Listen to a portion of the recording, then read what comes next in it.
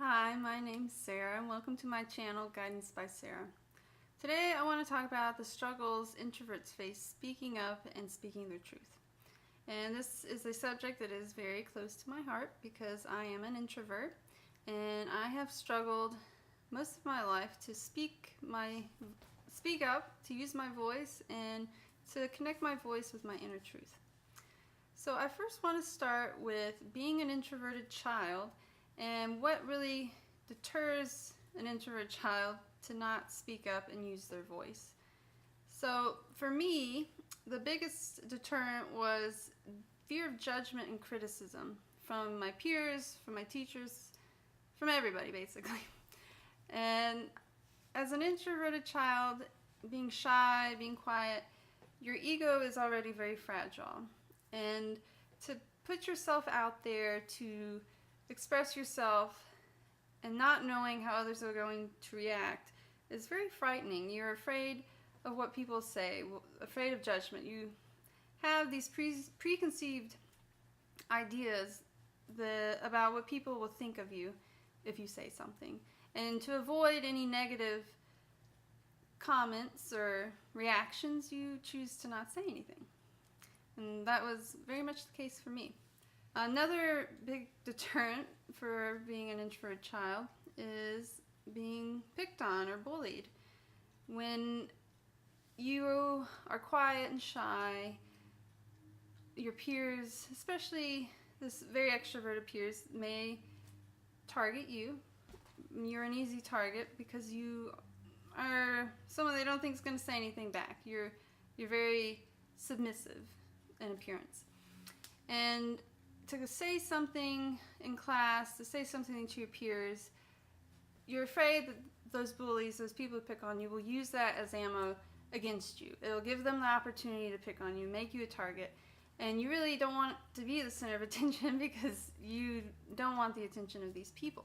Another deterrent is fear of being wrong and making yourself look stupid.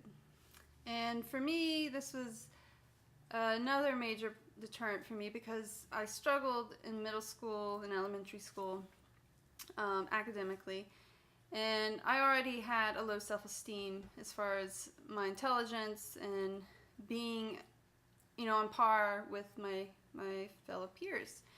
And I was afraid that if I spoke up, if I answered a question in class, if I made a comment, that my peers would think I was stupid, like I would validate their already preconceived ideas that I was not as intelligent as them. And is that what they really thought of me? I don't know. But that's what I thought they thought of me. So I didn't want to speak up and prove to them that I was stupid. Another major deterrent is not wanting to inconvenience people. It's when you're an introvert, commenting, saying, no, I really don't want to do that, or I don't really agree with that, would cause the other person to have to change their plans or accommodate you. And as an introvert, it's just easier to go with the flow. You're afraid that if you say something that is against what the other person wants, that it's going to create a confrontation, an argument. And you already feel like you can't communicate well. You feel like you don't have the words to really say what you mean or to defend yourself.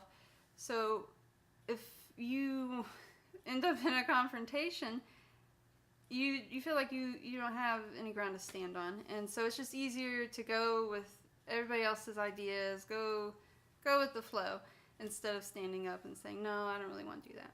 And as a result of that, I ended up in a lot of situations that I really didn't want to be in. Not necessarily bad, but it's just like situations that I didn't really want to be there. I'd rather be doing something else, or I'm not really comfortable with this. This isn't my thing, because I didn't want to say anything. I didn't want to have anyone accommodate me or create a confrontation. Now, doing these things, or because of these deterrents and not speaking the truth, that can have a lot of negative side effects. One being that you keep the real you hidden, and when you don't voice yourself, you don't speak in front of your peers, you don't say your ideas, then nobody really knows who you are. you project to the world a misrepresentation of yourself. And so you're already feeling like an outcast, and then nobody really knows who you are. So it's kind of like you create this cycle of no one knows who you are, but you don't let them know who you are. And that can become very lonely. It can be difficult to make friends, and it becomes very frustrating as well, because you don't feel like anybody understands you. You feel like an outcast, an outsider, and you don't really have a good support system as far as friends go, your peers. And it can be very emotional for a young introvert. Another consequence is that your education can be neglected because you're not fully engaged in your classes. You're always worried, self-conscious about how you appear to others, afraid of being the target of someone. You're afraid of being called on in class. And then when you are trying to be engaged in class, if you have a question, if you're lost, confused, you're afraid to speak up and really ask questions because, again, of that fear of looking stupid, or being made fun of or criticized. And so your education can really suffer. And I think this was part of my problem when I was younger, was being afraid to ask questions. I would go a whole class lost because I didn't want to raise my hand and have to speak in front of my peers. So what really helps people speak up? What helps introverts finally get their voice and speak up and speak out and say what they think? For me, it was really 3 things. The first was my family. Having a supportive family that encourages you, that gives you a strong foundation is invaluable for an introvert. And it's also being home, being with family. That was the one place I could actually express myself. I could say what I thought without filtering, or without being afraid to speak and be criticized. And it's good practice. Speaking at home is the way you practice speaking with your peers. And so that was a great help for me. The next thing that really helped me was friendship. And I didn't have many friends in middle school because I was so quiet and shy. I was afraid to talk to anybody, and because everybody thought I was quiet and shy and odd, nobody really came to be, made the effort to be my friend. But I did make a friend that really helped me, and we kind of met as an introvert might meet another introvert. I was sitting on the bus alone, and she was the new kid looking for a place to sit. Of course, I looked, unassuming, shy. So she sat with me, and we became friends. And our friendship really helped. We helped each other gain the confidence to speak up. We encouraged each other. And having that support system, especially in an environment with other peers, is invaluable as well. I mean, you really can't replace having a friend to support you and lift you up. But ultimately, the one thing that really got me to start speaking up and using my voice was courage. And courage to speak up is something that everybody has. You might not think you have courage inside of you, but you do. And when you finally make that decision, despite being afraid, despite being scared of criticism or judgment, or what might happen, what somebody might say to you, you finally stand up and you speak and you voice yourself. You say what you really want or what you really don't want. And when you do that, it is a liberating experience. It's taking that first step into owning your voice. And for me, getting to that point, getting that courage with the support I had with friends and family, and also just finally reaching a point where I had enough of not voicing myself, of being, picked on, of being lost in class, of just feeling like I had no personal power. And I finally spoke up, and for me, that moment was speaking up to a bully. And it was liberating. You think as an introvert that when you speak up that, you're going to get made fun of you more, or you're going to, this horrible situation's going to happen.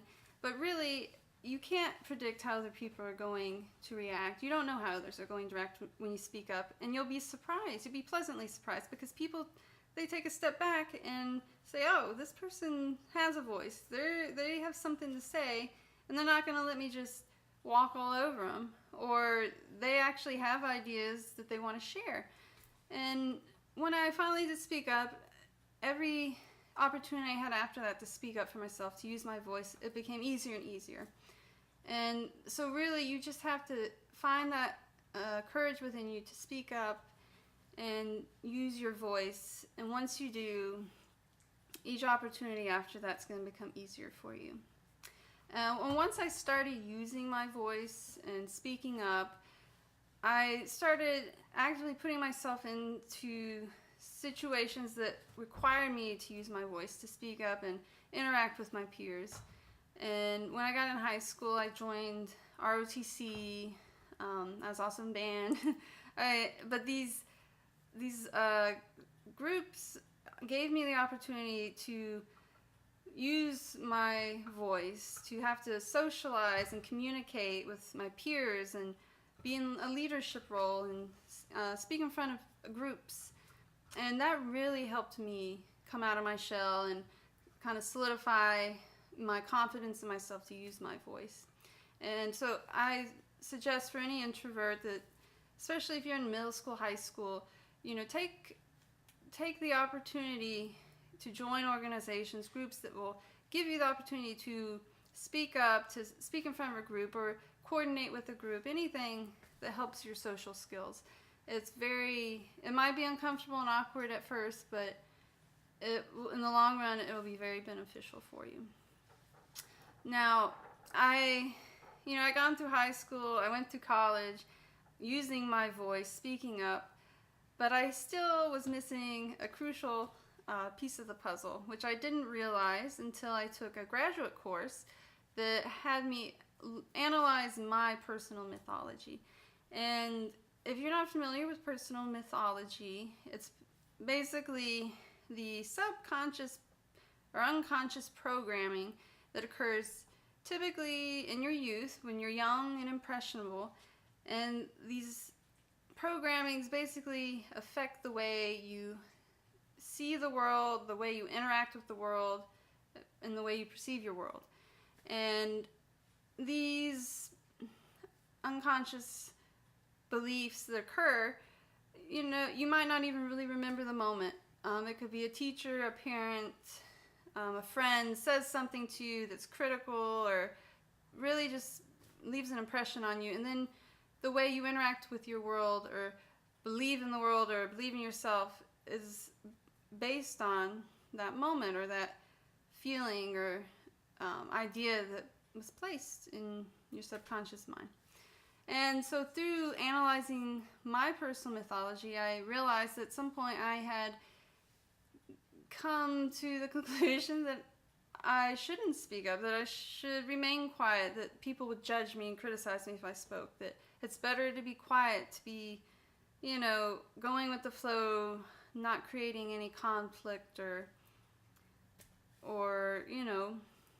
ruffling any feathers. Like if I spoke up, that was wrong, basically. And I realized that speaking up is one thing, but speaking how you truly feel, saying your true ideas, speaking your inner truth is a whole nother piece of the puzzle, and I hadn't been doing that. I wouldn't say my true feelings, or I wouldn't voice my ideas or disagree with someone else's ideas because I didn't want to rock the boat. I didn't want to create a confrontation. And I also told myself I was just, keeping the peace was better, but really I was afraid of confrontation, afraid of saying how I truly felt, and especially when I knew others would disagree with me. And over time, not really speaking your truth really wears you down. It can bring you down. You can lose touch with yourself, of who you really are, what you truly believe in, and you don't even realize it until you have this epiphany of what do I really think? Do I really agree with what these people are saying, or like why didn't I say my idea, or why didn't I voice my feelings? And when you start making the effort to use your voice to communicate your inner truth, it's again a liberating experience, because this weight is lifted off your shoulders. You are presenting your true self to the world, not a copy of someone else. You're not just going along with everyone else's ideas. People are seeing who you really are, what you truly believe in, what are your ideas. And this is important because by sharing your ideas, by everyone sharing their own ideas and how they really see things or feel about things, that's how we grow as a person, as relationships in our community, by sharing ideas. And you don't have to agree with those ideas, but it gives you food for thought, And it's also an opportunity for you to develop yourself, to expand your own ideas. And you may not agree with someone else's ideas, and they may not agree with yours, but that's fine. You have to learn that confrontation and criticism may occur, but the discomfort of that is nothing compared to suppressing who you really are. And because at some point, it's going to come to a boiling point, and you're going to have a midlife crisis, which happens. People are like, who am I? What am I doing? And I think a lot of it has to do with not being in touch with your true self and expressing your inner truth and voicing that. And I think that's very important. So I want to sum this up by saying that being introvert is compatible with speaking your truth and speaking up. You can love, spending time alone in solitude, or, staying in and watching a movie, or instead of going out with your friends, and that's completely fine. That's being an introvert means you need that extra time to be alone in your own space, to recharge. Social interactions can drain you, but in those interactions, it's so important to speak your truth, to be honest with yourself and with others, and that will take a lot of the weight off of you, and it will take a lot of the burden out of those interactions. So you can be yourself and speak your truth. You can be an introvert. I still need time alone, to recharge. And I think it's important for everybody, even extroverts, to understand that introverts operate that way, but they also have their own ideas and thoughts that they do want to speak. And I think it's important for everybody to create an atmosphere that's conducive to sharing ideas and, giving constructive criticism.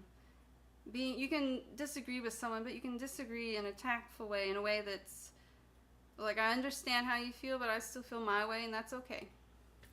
And the more we do that, I think the more progress we'll make on an individual level, on a societal level. I hope this video helped you, gave you some guidance or some ideas. If you have any questions or comments, please list them below. I am not a licensed counselor or therapist. I am speaking strictly from my personal experience, but I do want to hear your thoughts and ideas. Thank you.